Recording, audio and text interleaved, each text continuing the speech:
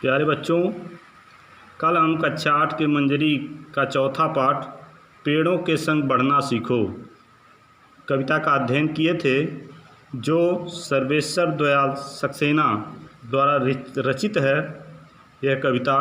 और इस कविता में उन्होंने पर्यावरण संरक्षण की प्रेरणा दी थी। तो इसके 2 पद्यों का अध्ययन हम किए थे, तो आज तीसरे पद का अध्ययन हम करेंगे। तो आइए चलते हैं तीसरे पद की ओर। हो सकता है कहीं शांत चौपाए घूम रहे हों, हो सकता है कहीं सहन में पंछी झूम रहे हों, तो विनती है यही कभी मत उस दुनिया को खोना, पेड़ों को मत कटने देना, मत चिड़ियों को रोना।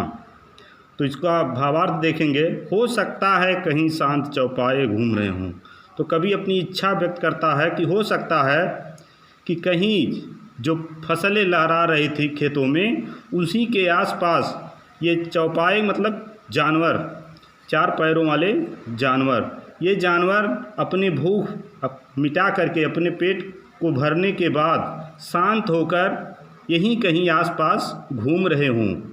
हो सकता है कहीं सहन में पंछी झूम रहे हों, या हो सकता है कि ये पंछियाँ, चिड़ियाँ जो हैं कहीं आंगन में फुदक रही हों और या मस्त होकर नाच रही हों।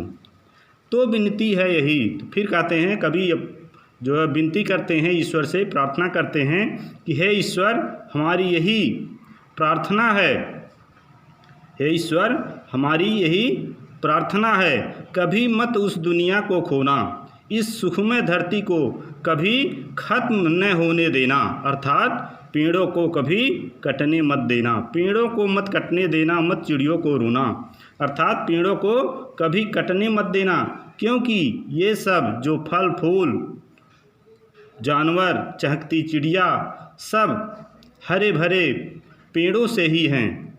आप चिड़ियों को कभी रोने मत देना, अर्थात इन्हें नष्ट मत होने देना, क्योंकि इनके बिना, किसके बिना? पेड़ों के बिना ये चिड़िया भी नष्ट हो जाएंगी।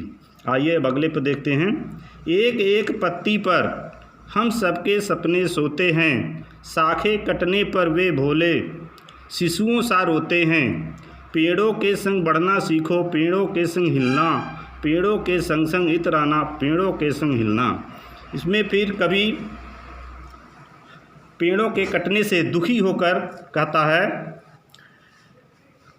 दुख व्यक्त करते हुए कहते हैं, और पेड़ों के एक एक पत्ते पर लोगों के, समाज के तथा पक्षियों के सपने होते हैं। एक एक पत्ती पर हम सबके सपने सोते हैं। तो यहाँ कभी यही कहता है, पेड़ों के कटने पर दुखी होकर कभी कहता है, पेड़ों के एक एक पत्ते पर लोगों के, समाज के तथा पक्षियों के सपने होते हैं। शाखे कटने पर वे भोले शिशुओं सा रोते हैं। और जब इनकी शाखाओं को काटा जाता है तो इनमें से एक आवाज़ आती है, जो आवाज़ जिस तरह से छोटे बच्चे रोते हैं उस तरह से वो आवाज़ आती है, यानी वो पौधे भी रोने लगते हैं। और जब ये पेड़ कटते हैं तो उनके सपने टूट जाते हैं, उनके सपने टूट जाते हैं और इसलिए वे रोते हैं, दुखी हो जाते हैं। पेड़ों के संग बढ़ना सीखो, पेड़ों के संग हिलना। तो इसलिए कभी कहता है कि हमें पेड़ लगाना चाहिए, पेड़ों के संग ही आगे बढ़ना चाहिए, पेड़ों के संग ही हमें रहना चाहिए। पेड़ों के संग संग इतराना, पेड़ों के संग हिलना। हमें पेड़ों के बढ़ने पर खुश होना चाहिए, क्योंकि ये पेड़ जाने किस किस के सपनों को संजोए हुए हैं। अर्थात कभी यह सीख देता है कि हमें पेड़ों को कटने नहीं देना चाहिए। अब आइए अगला अंतिम जो है पद, उसका अध्ययन करते हैं। बच्चे और पेड़ दुनिया को हरा भरा रखते हैं, नहीं समझते जो वे दुष्कर्मों का फल चखते हैं। आज सभ्यता बहसी बन पेड़ों को काट रही है, जहर फेफड़ों में भर इंसानों को बांट रही है।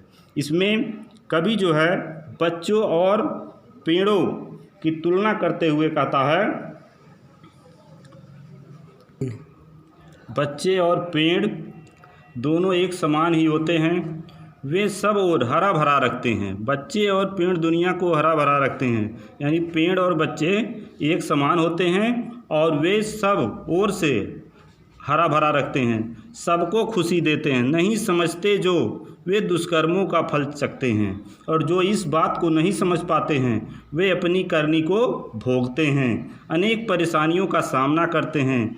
आजकल लोग अपने स्वार्थ के लिए पेड़ों को काटते जा रहे हैं। आज सभ्यता बहसी बंद, यानी आजकल लोग अपनी स्वार्थ पूर्ति के लिए पेड़ों को काटते जा रहे हैं, जिसके कारण पेड़ों की संख्या कम होने से हवा शुद्ध नहीं हो पाती और इसका नुकसान मानव जाति को होता है। जहर फेफड़ों में भर इंसानों को बांट रही है और यह नुकसान जो जहर के समान है सभी लोगों में बढ़ता चला जा रहा है, लोगों में बढ़ता चला जा रहा है। इसलिए ये सर्वेश्वर दयाल सक्सेना जी पेड़ों की सुरक्षा और पेड़ों को लगाने की शिक्षा देते हैं ताकि पर्यावरण का संतुलन बना रहे। इस तरह से हमारा पाठ समाप्त होता है।